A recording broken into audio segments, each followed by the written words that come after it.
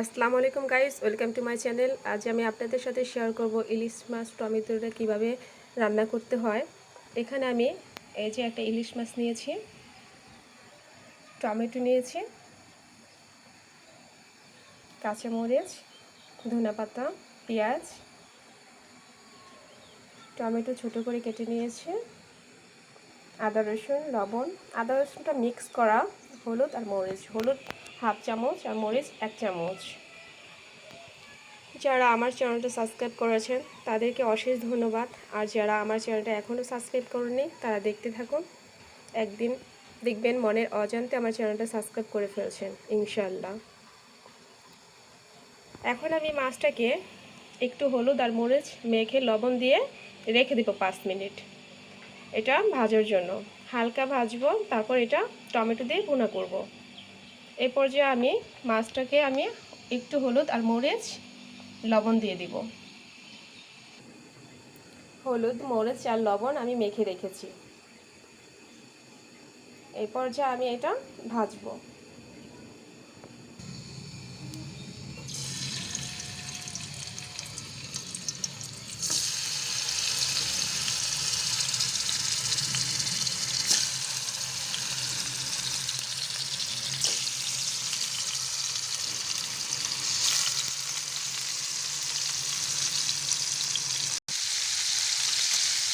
চুলার আগুনটা মিডিয়ামে রাখতে হবে।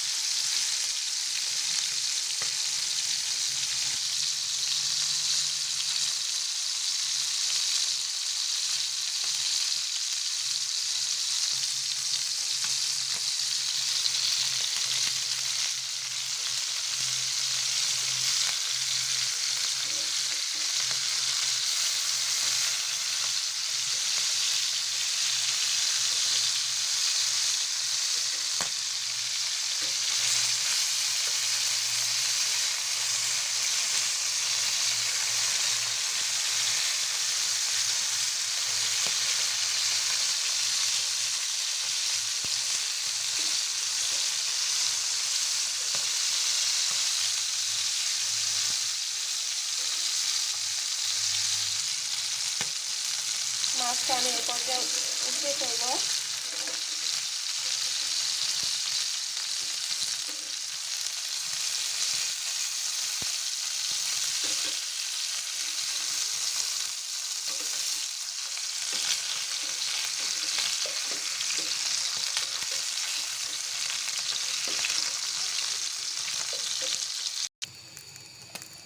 এই প্যানের মধ্যেই আমি রান্নাটা বসাবো, কারণ এখানে তেল রয়ে গেছে আমার, তার জন্য এখানে বসাবো। অন্যটা না, এটাই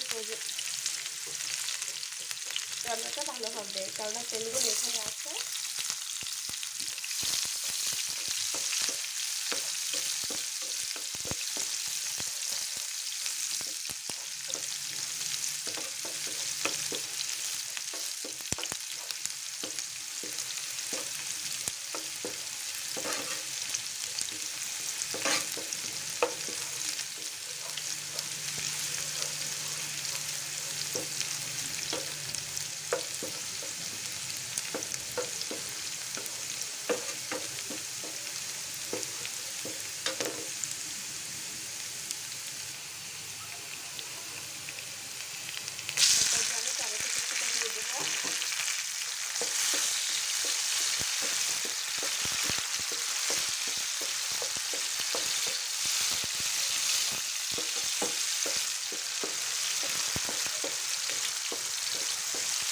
এখানে 2টা টমেটো আমি কেটে নিয়েছি।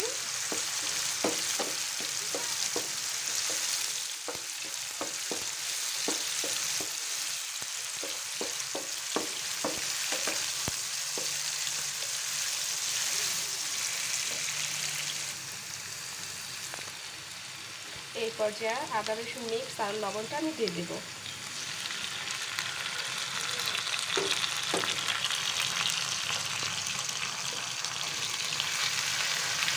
আমি এখনো কিন্তু পানি ব্যবহার করিনি, তেলের মধ্যে ভাজতেছি।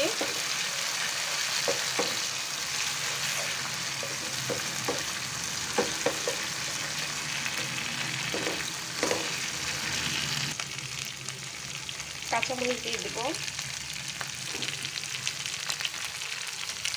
হলুদ মরিচের গুঁড়ো দিয়ে দিব।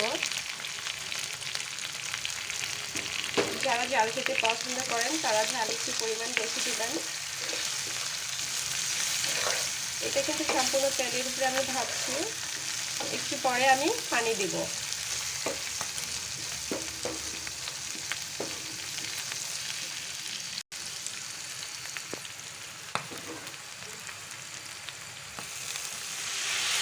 মশলাটা কষানোর জন্য একটু পানি দিয়ে দিয়েছি আমি।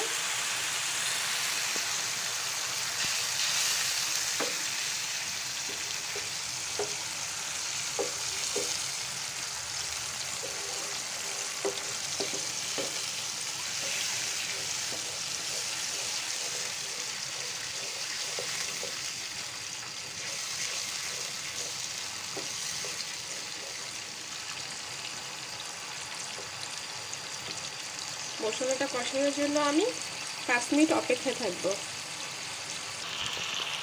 আমার মশলা কষানো হয়ে গেছে, এখন আমি ইলিশ মাছগুলো দিয়ে দেব।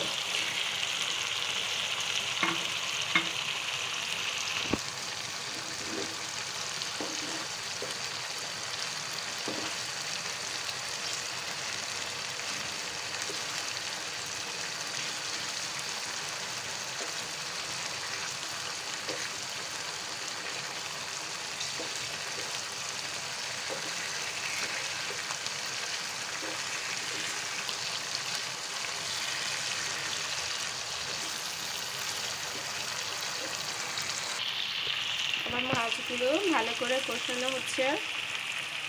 কষানো হয়ে গেলে আমি পানি দেব।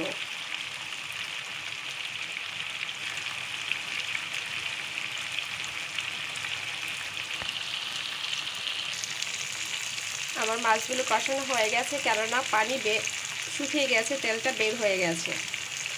তখনই বুঝবেন মাছটা কষানো হয়ে যাবে, যখন পানিটা শুকিয়ে তেলটা বের হয়ে যাবে তখন বুঝতে পারবেন হ্যাঁ সেটা কষানো হয়ে গেছে। এখন আমি একটু পানি দিয়ে দিব।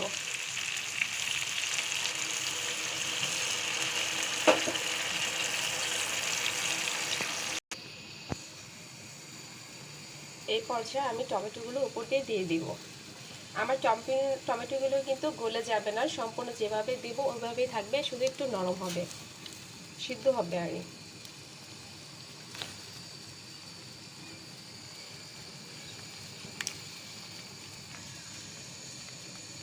এই যে টমেটোগুলো আমি দিয়ে দিয়েছি, এই পর্যায়ে আমি ঢেকে দিব। 5 মিনিট পরে আমি ঢাকনাটা উঠিয়ে তারপর আপনাদের দেখাবো কেমন হয়েছে।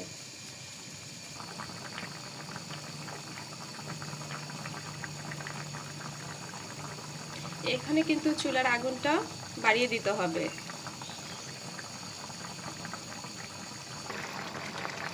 এই যে আমার তরকারি রান্না হয়ে গেছে,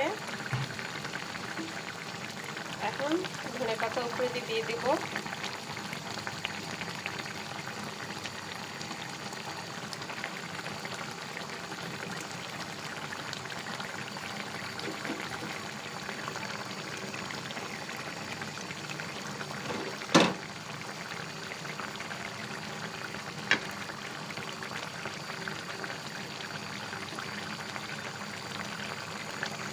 আমার ভিডিওটা যদি ভালো লেগে থাকে তাহলে লাইক, কমেন্ট, শেয়ার করবেন আর সাবস্ক্রাইব করতে একদম ভুলবেন না।